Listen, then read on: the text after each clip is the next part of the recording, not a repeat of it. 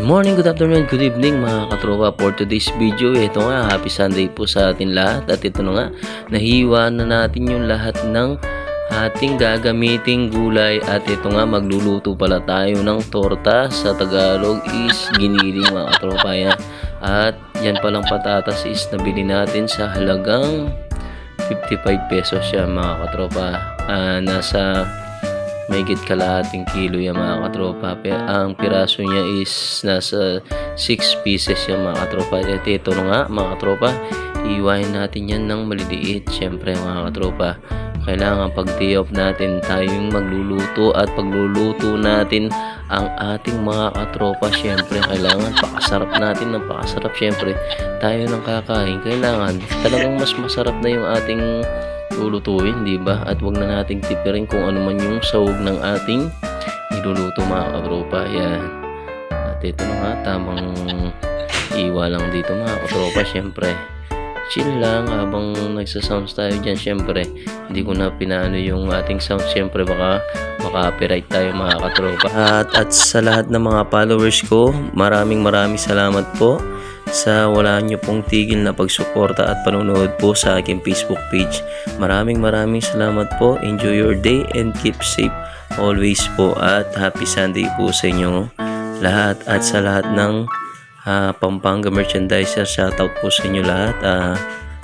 Sipag lang mga katropa. At huwag nyo pong kalimutan, sa lahat na nanonood ng videos ko, huwag nyo pong kalimutan mag-like and comment and share po. At syempre mag-follow na rin po kayo kung nakikita nyo po sa mismong Facebook page nyo po yung aking videos.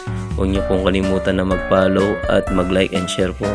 At ito na nga mga katropa, syempre iniwan na natin tong bell pepper at nabili natin yan sa halagang 7 pesos yan mga katropa. At iniwan na nga natin ng maliliit yan mga katropa. Syempre kailangan niya, kaya nga giniling kaya kailangan maliliit lang yung hiwa natin mga katropa. At syempre ito naman, nabili na naman natin tong carrot sa halagang, hindi ko alam kung 12 pesos yata yan mga katropa. Kasi sinukli yata sa akin is 3 or 4 pero nasa 12 pesos o 11 pesos yan mga katropa.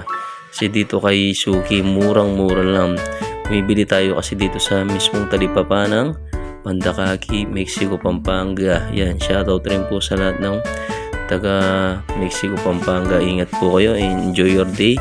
At syempre dahil maulan ngayon mga katropa, kailangan po ingat-ingat po tayo sa pagmamaneho dahil madulas po yung daan. At ito nga, yung sibuyas natin, isiway natin. At nabili na rin natin yan sa halagang 5 piso yan mga katropa. Yan, tingnan mo, tamang chill lang yan sa pag-iwa. At ito na nga mga katropa, syempre malapit na tayo matapos sa pag-iwa. At ito na nga yung final na nahiwa natin at sangkap sa ating ilulutong giniling. Yan mga katropa. At ito na nga, pinakulo natin yung ating giniling na baboy sa toyo at kalamansi. At ito na nga, nagisa na nga natin. At nalagay na natin yung giniling na baboy. At syempre papakuluin muna natin. At napakulo ko na nga at nabalatan na natin tong itlog na nilaga. Syempre kailangan may itlog dyan para sa mga ating mga baby katropa. Syempre mas lalo pang sumarap at mapaparami sigurado yung kanin ng mga katropa natin dito. At ito na nga, naglagay na nga tayo ng kanin natin dyan mga katropa. Syempre ano pang hinihintay natin? Syempre let's go, kainan na mga katropa. At ito na nga mga katropa, syempre maglalagay na tayo nga ng ulam dito sa ating kanin mga katropa. Syempre titikman natin yan mga katropa. Sa lahat hindi pa po kumakain, pasintabi po. At tara, kumain na po tayo. At first bite nga mga katropa para sa inyo ay sulit na sulit. Ang masarap talaga mga katropa. So pag nakita nyo to ay sigurado matatakam kayo at magugutom kayo. Hanggang dito lang. Thanks for watching. Ingat kayo and God bless mga katropa. Bye!